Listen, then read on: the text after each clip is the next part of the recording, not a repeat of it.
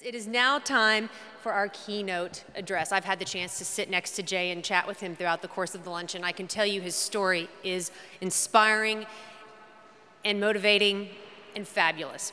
Jay Hewitt is an attorney and also an Ironman triathlete. As if an attorney wasn't tough enough, but he's also an Ironman triathlete. He's living with diabetes. He was diagnosed with type 1 diabetes at age 24, but that hasn't stopped him at all. He has told his story around the world. Now he's going to tell it to us here today. Let's welcome Jay Hewitt. It's a real privilege to be here, and I mean that because I get the opportunity to speak to a lot of groups around the country and around the world, corporations and associations, and very often those groups don't have anything to do with diabetes. And I think you'll hear in a moment why the opportunity to speak to a group that is advocating and is connected to diabetes is so important to me. As you've heard and you've seen in the program, I am an Ironman triathlete, and some of you may have heard of that or seen it on television. The Ironman is considered the longest, most grueling physical endurance test in the world. It's a 2.4-mile swim followed by a 112-mile bike race and then a marathon run, back to back to back, all in one day, 140 miles. Over the course of my career, my racing career, I think I've done 14 so Ironmans. I kind of lose count after a while. I spent 3 years on the U.S. national team racing for Team USA and representing you around the world in the World Championships in Denmark and Sweden and Australia. I've done probably 20 or 25 half Ironman triathlons and dozens of Olympic distance triathlons, the shorter triathlons that you see in the Olympic Games. I've also done, I think, 8 or 10 individual marathons that are not the marathons at the end of the Ironman, and 3 times at the Boston Marathon. And my teammates and I even did a bike race from San Diego, California, the Pacific Ocean to the Atlantic Ocean in Atlantic City, New Jersey, 3,000 miles non-stop in 5 days and 16 hours. Now, as you've probably also seen, I'm a professional speaker too. I now share my story, and Omnipod has given me that opportunity to share my story because I use their product. And I'm also an attorney, and I represent doctors and medical companies and what they're trying to do. And I understand the business world outside of just sweating and working out and training all the time. And I know what your life is like. And I'm also a husband to a beautiful wife and the father to 2 beautiful little girls, 3 years, and one's just 10 months old. And I've also had type 1 diabetes for 19 years. And around the country and around the world, the 2 questions that I get asked the most are, how do you stay motivated? And how do you balance it all? And some of you may have that question yourself about yourself. You know, Jay, I mean, I've got so many things in my life. I've got my job, I've got my family, I've got my health, I've got to balance all these things that people are tugging at me. I've got my personal goals I want to do. If you've got diabetes, you know the juggling act that is to balance, you know, the insulins and the checking your blood sugar and all the different things you have to balance in your life. So I hope I can answer those questions for you here in the brief time that I have today. But I want to start by telling you a story. I want you to imagine for a moment that you are an Ironman triathlete, and you're standing at the shores of the Gulf of Mexico, and it's about 6:30, 6:45 in the morning, and you've been up since about 3:30 that morning, and you've been training for this day for months, even years, and you're standing there next to 2,000 of the most insanely fit people in the world. And they've all been waiting for this day too, and they've been training, and they're elbowing and kind of bumping you, and it's like the penguins on the edge of an iceberg with an orca in the water, and who's going to be the first one to get in the water?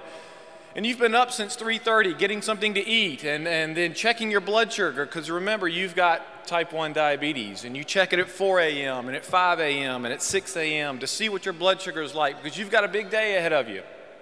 Getting down to the transition area, it's still dark, it's 5 o'clock, 5:30, you're checking out your bike, you're checking out your gear, you're now out there on the beach. And there's 15,000 people surrounding you in the grandstands and on the beach with all the other athletes, and the noise is deafening, and the race announcer says, athletes, 30 seconds.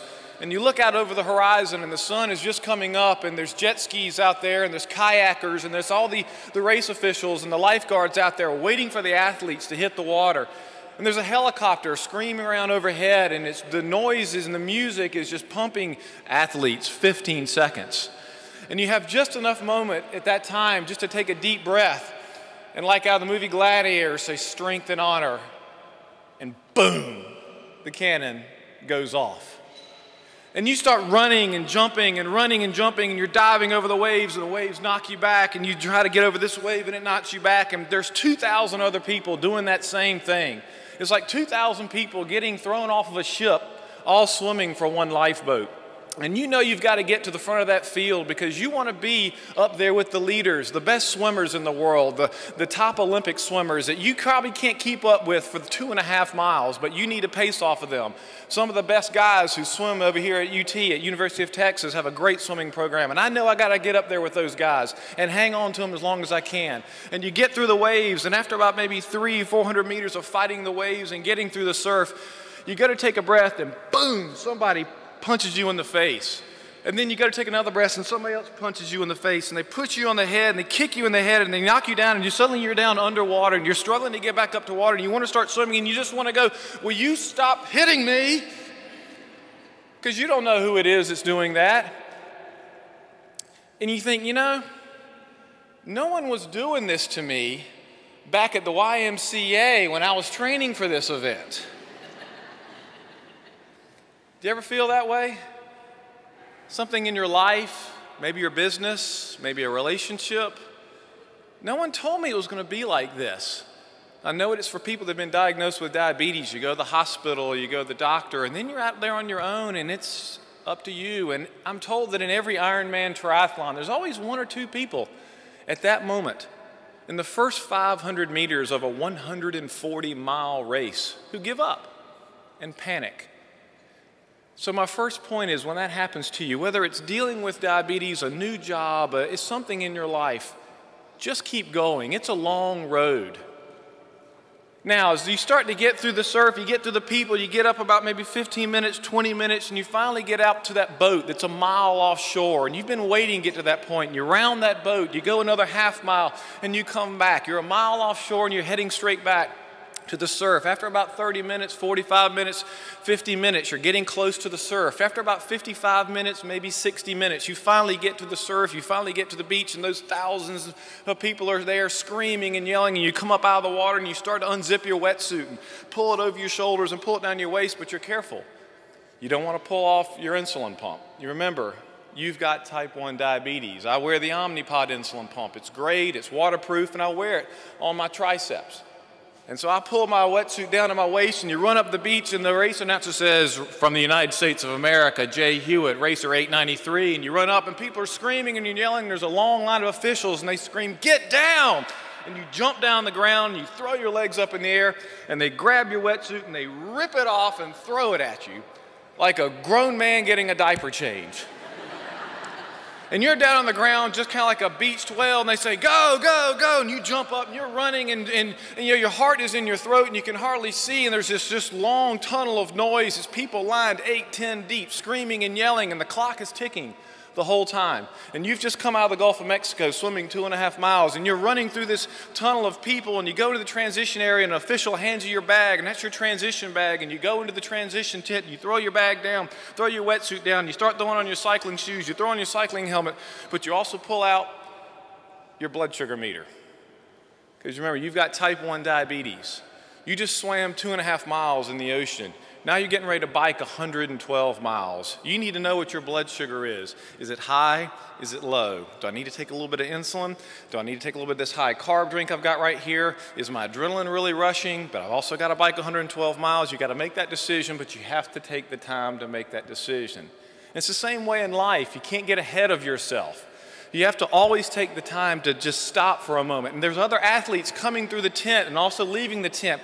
I make that decision, I'm out of the tent, there's another official, hands me my $6,000 carbon fiber racing bike, in 2 minutes to 90 seconds after I've left the Gulf of Mexico, I'm on my bike and I'm cycling 112 miles.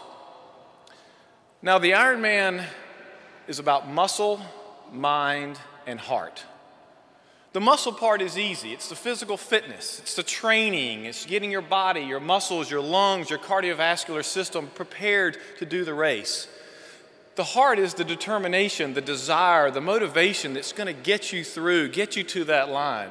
But you also have to use your mind, because you can't do the Ironman just on desire and fitness alone. It's been said that the Ironman is so physically demanding that ironically it's the smartest athlete who wins.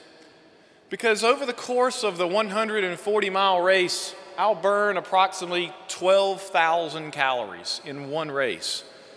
I'll probably consume maybe 2,000 calories. Over the course of the day, I know I need to be drinking between 2 and 2.5 gallons of liquid, of hydration, to keep my body hydrated over the race.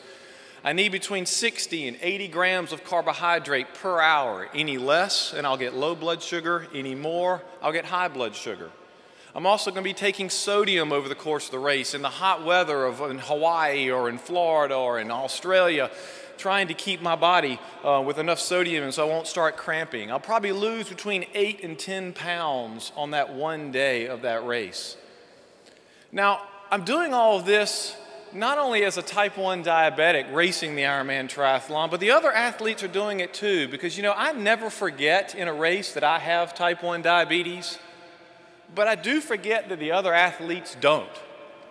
Because what I'm doing with balancing my insulin and my carbohydrate, they're doing the same thing, but they're not having to take the insulin, but they may be dealing with something that is just as difficult for them, and emotionally or mentally or physically, and I don't know what their burden is, and I am not a victim. This is just one more thing in my long list of things I got to do to get to that finish line. So as the miles add up, 10 miles, 20 miles, 30 miles, going by aid stations, I'm hoping to average between 22 and 23 miles per hour over the course of the 112-mile race, down in an aerodynamic tuck position, like a time trial for 112 miles. After about 55 miles, the halfway point of the bike, I've been out there maybe 2.5 hours on my bike. I come to another station where they've got my bag and I can pull it out and put some more bottles in my bottle cages, but I also got my blood sugar meter and I need to check my blood sugar again because I've just cycled 56 miles. Is it high? Is it low? Do I need more insulin? Do I need more nutrition? I don't have a long time to make that decision back on my bike in a few seconds, and I got to keep going 60 miles, 70 miles, 80 miles, 90 miles. I got to be at the front of the field at this point because I'm a good cyclist. I know that if I'm going to do well, I've got to make up time in the cycling portion of the race. I probably lost a little time in the swim, but I've got to be at the front on the bike. 90 miles, 100 miles, 110 miles, 112 miles. I've been on my bike now for probably 4.5 to 5 hours. I come back into the transition area, thousands of people are screaming and yelling. They haven't seen us for 4.5, 5 hours. I hand my bike to another official. They hand me another bag. I head in the transition tent. I throw it down. I throw off my cycling shoes, throw off my helmet, throw on my running shoes, pull out my blood sugar meter because I got to know what my blood sugar is again. I just cycled 112 miles, and before that I swam 2.5 miles, and now I'm getting ready to run a marathon. Is it high? Is it low? What am I getting ready to do? Do I want to eat something, or do I want to take any insulin? Probably not. As I head out to the marathon course, it's about 1:30 in the afternoon at this point, starting to run the marathon. The temperature probably, depending on where I am in the world, could be 85, 90 degrees. At this point, I'm thinking, my day's almost over. I mean, all I gotta do is run this stinking little marathon and I'm done. And so I keep the miles, 1 mile, 2 miles, 3 miles, and I'm starting to think like a runner. I was a swimmer, and now I was thinking like a cyclist, and now I'm thinking like a runner. And that's a good image and metaphor for us in life. We can't be one-dimensional. I can't be always thinking about my business and not my family and not my faith and not my health. And it's the same for us. In order for me to be an elite Ironman triathlete, I have to be good at all three, and I can't just focus on one sport, the cycling that I'm the best at, because I got to work on my other ones and keep things in balance.